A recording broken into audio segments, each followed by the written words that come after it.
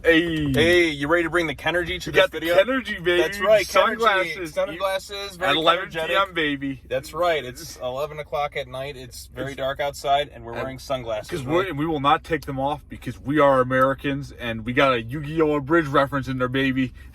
Yeah. Yeah, you weren't expecting that. I wasn't expecting it either. That's right. We just got done watching one of the most bizarre mainstream movies I think I've ever seen, Greta Gerwig's Barbie. This movie gets really, really weird. Like, I am kind of curious to see how it plays out over the course Wasn't what I was expecting, really. It's definitely not the movie you'd expect going into it. It's a very weird, surreal, existential movie with its own crazy reality. Like, even when they go to the real world's so cartoony that it's like, everything's just over the top, kind of ridiculous. From the world to some of the jokes. Mattel to the very, very, very apparent commentary to the point where... But even the commentary seems like it's a joke in itself, maybe. I right, don't know. because it could be weird. It's wacky. Yeah, it generally gets to the point where it stops, like, it starts to feel a little bit like a lecture at the end of the movie, to the point where, like, this could honestly be parodying that in movies, because it gets so heavy-handed to the point where it's so over-the-top ridiculous. And I'm like, it could be pulling that card where, like, the director thinks it could be a troll in some ways. But I don't know. It's kind of one of those weird, surreal things. But, yeah, so this is Barbie. It's kind of a mixed bag for me, because on the one hand, there's things I really like. I really like the set designs and kind of like the creativity of the world and how it's just so kind of off-the-wall, kooky, crazy. Yeah, it looks fantastic. Right, like the set design is incredible. Like the set design is like some of the best I've seen in like a big Hollywood movie in a while. Because like I said, it's the whole, like the Barbie Land itself looks really kind of unique and very bright, colorful. It's got some shades of Miami on there with the beach. It's nice. There's some funny gags in there, particularly involving Matchbox 20 and pretty much anything involving Ken. Ryan Gosling is the best. Ryan Gosling is the best thing in this movie. And he's buff. That's an impressive physique. He's got to be like, what, 45, 50? I don't know, but like I said, Ryan Gosling is by far the best thing in this movie. Good. And nobody even comes close to touching him in terms of this thing. I mean, Margot Robbie's good too. I mean, she's a good actress, and she's kind of a perfect casting for the role of Barbie, if you will.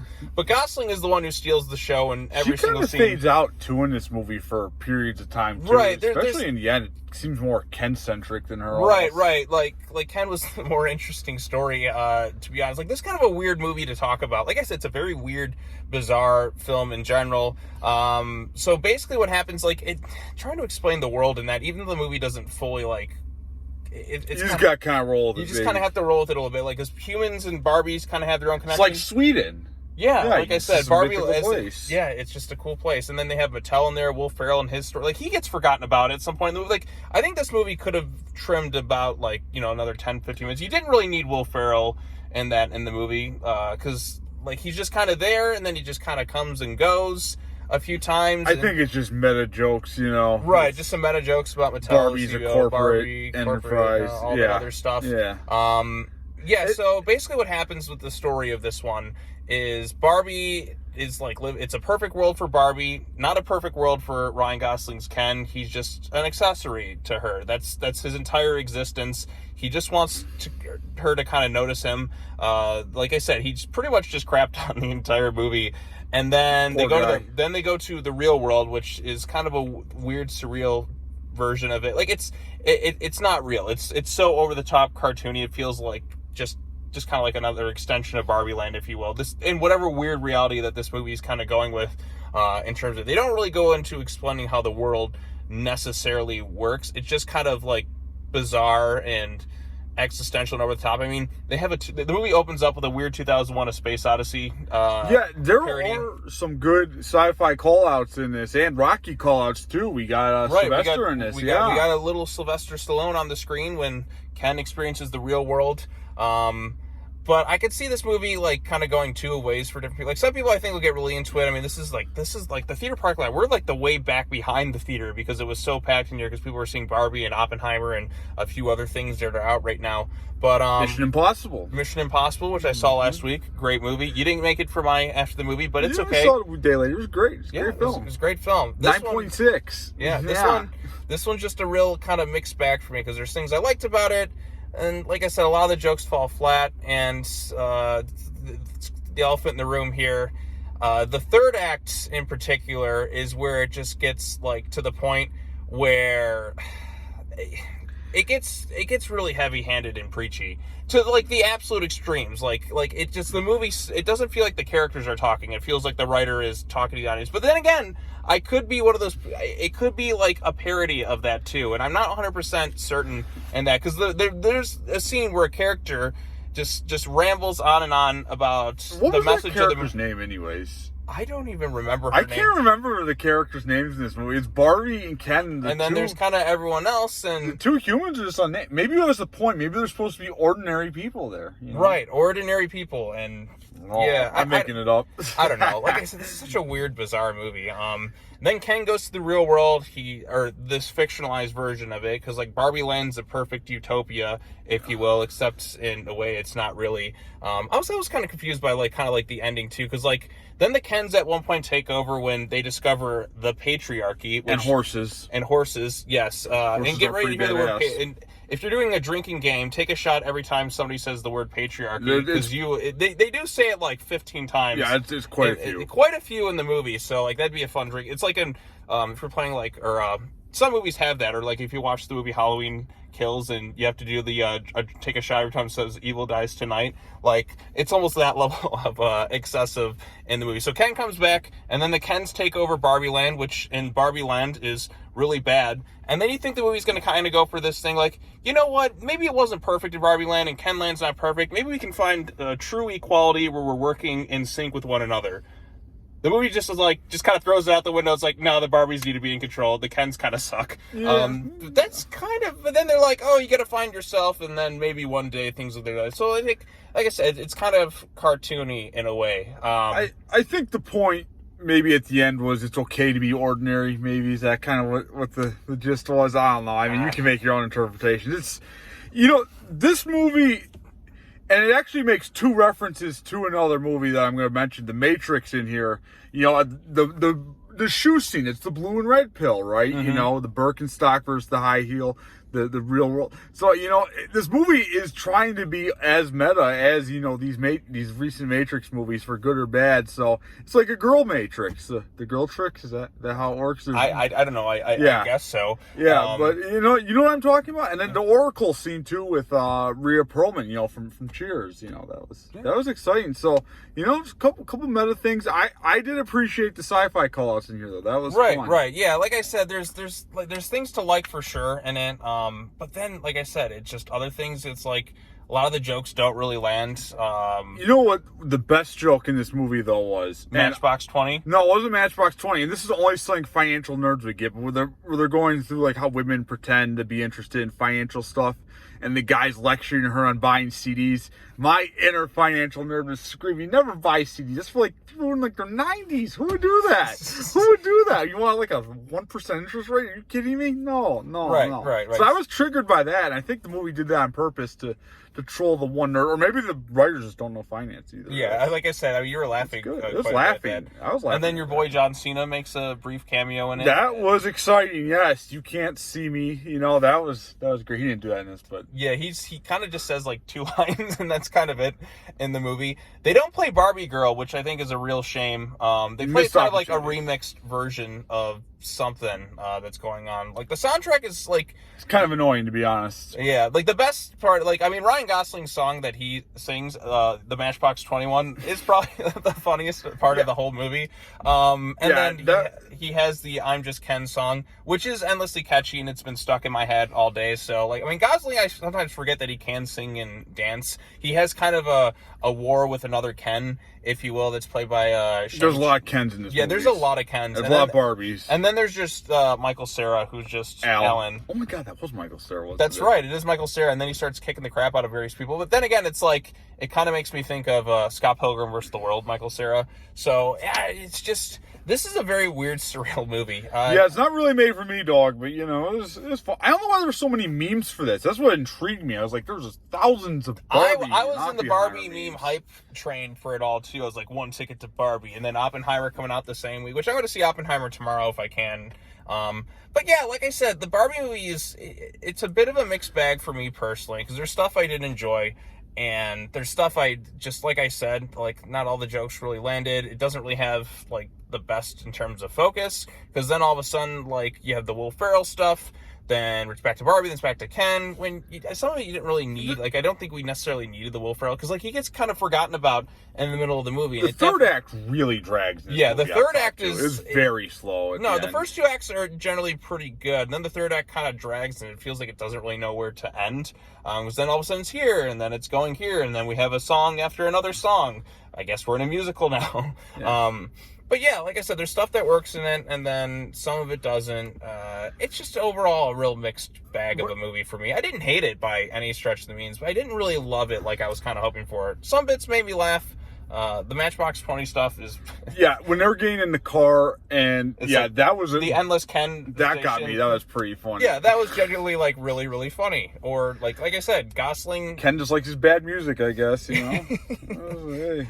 Like I said, Gosling... You don't have to pretend to match, like, Matchbox 20, right? That's not nostalgic. That's bad. That's bad stuff. Hey, Matchbox 20, it's 3 a.m., Oh yeah, we don't need to go down that road. Yeah.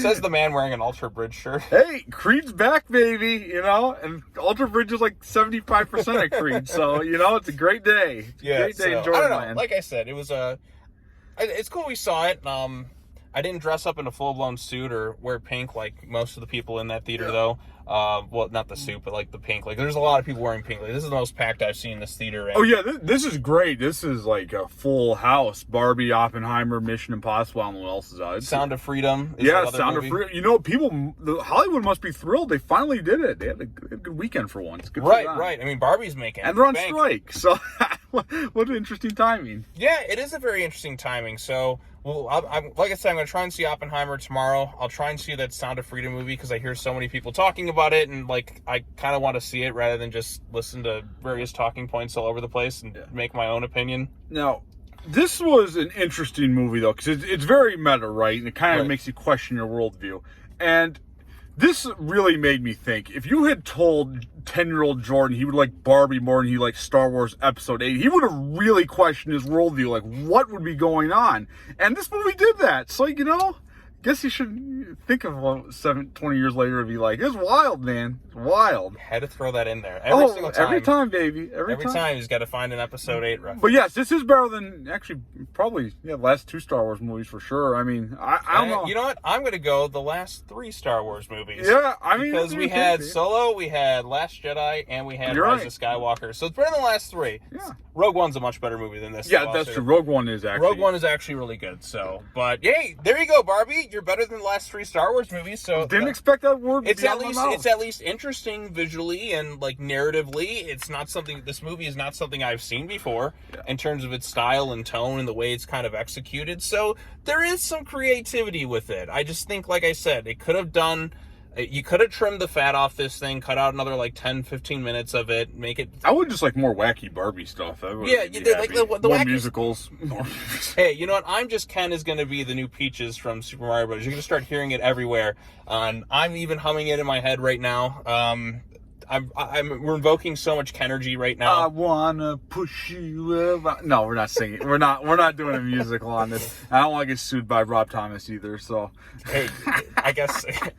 Well, the I'm Just Ken one is still the best song in the movie. And the Rob Thomas one. Like that's really funny though. So I'll give the movie that. The Rob Thomas Matchbox 20 stuff is probably my favorite part. The Matrix scenes, those.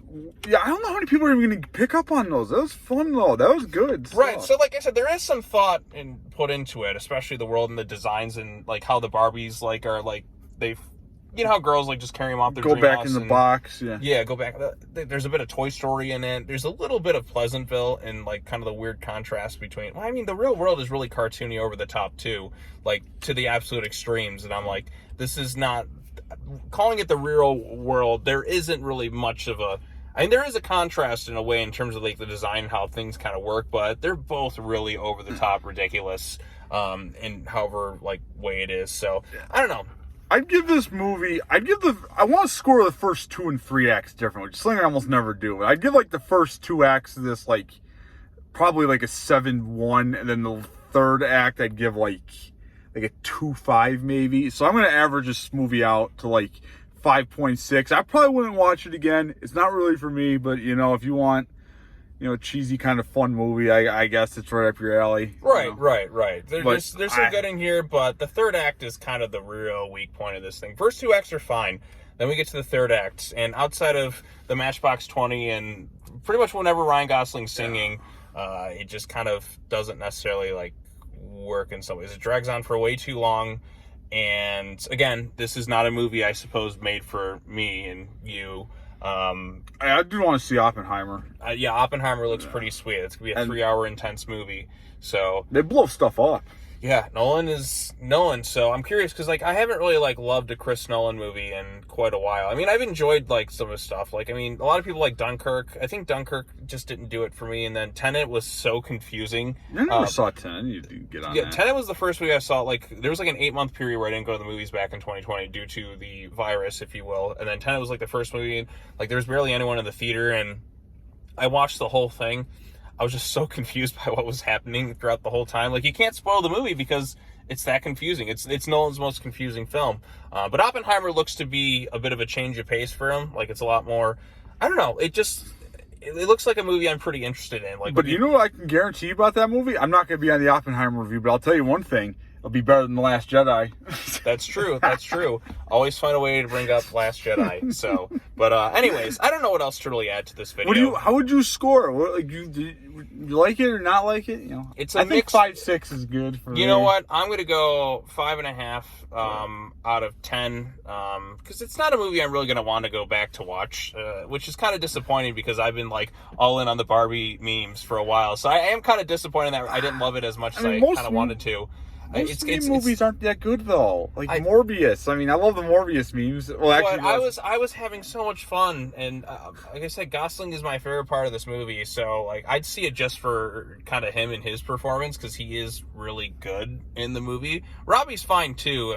She does her part well, but like I said, Gosling is the to me he's the star of the movie. He's the scene stealer. He's funny, and all the best laughs come from him or associated with him and his performance. The Kenergy is strong. What do you call it? Robbie does have a pretty funny scene at the end of the movie, though. I'm not going to spoil it. The last line of the movie, it's it was a good curveball. That was pretty great too. So the movie does have its. You know what? I'll give it a 6. I'll be generous. So it's positive enough. I don't think this is going to be a movie that's going to appeal to everyone. Clearly, with the third act, I think a lot of people will come away just kind of put off by it. It gets a little cringy. It gets to the point where it's it gets too cringy. Did you ever read Atlas Shrugged, right? And there's that 30-minute dialogue in there. We're going far down a rabbit hole, but yeah, it's like that. It's a little cheesy, a little bit over the much. Right. It gets so much where it's oh my god! If I put a stopwatch on it, it would have been 5 minutes, straight through to that scene at the end of it, where it's just okay, yeah, we get it. You can be. See, I'm always in the vein of show don't tell. With it, that's the way you can weave in your commentary and that a lot better. If you can kind of show it, but you don't have to just have a 10-minute scene or 5 or whatever, how many long the ending speech and all that was, just to kind of feel where it's just the writer talking and not necessarily the character, if you will. It was funny though too when they introduced the Barbie creator and she was I have all these tax evasions. Yeah, like I said, she was funny too. She was pretty great, and there's some funny stuff in this thing too. That's the thing. I just think it could have done with maybe holding back a little bit. You can have there's nothing wrong with having messages and social commentary and your stuff. You can weave it in more cleverly. But when you have to stop for 5 minutes and give a full-blown speech where the movie basically comes to a dead halt, then it becomes more of a lecture than just a story. And that to me, even if you agree with the message, but it gets to the point where it's it doesn't feel like the characters are talking. It feels like the writer is talking. I know it's written by somebody, but you know what I'm saying? It doesn't feel like... Well, it's not written by anybody now. It's on strike, baby. Oh, yeah, that's true. Oh boy, that'll be interesting to see where things kind of go. We're getting meta in our review, just like this movie got meta with the audiences. Yeah, it's a very bizarre thing. But anyways, I'm sure I probably put a bunch of people off. You always do, Sean. But like and subscribe. You like can and hear subscribe. Some more of this guy's terrible opinions on everything. That's right. They're good most of the time, except for his X-Men 3 one. Oh yeah, that's right. Let's get that one. Yeah, we got to get back to the X-Men stuff at some point. We were on the Wolverine was the next one. Oh, I've never actually seen that one. It's the one X-Men movie I haven't really seen, or maybe Dark Phoenix or Mutant Mutants. I don't know. Oh, we don't need to talk about it. But anyways, we've rambled on long enough. Lord, I was born a rambling man. Jesus, shut the fuck up.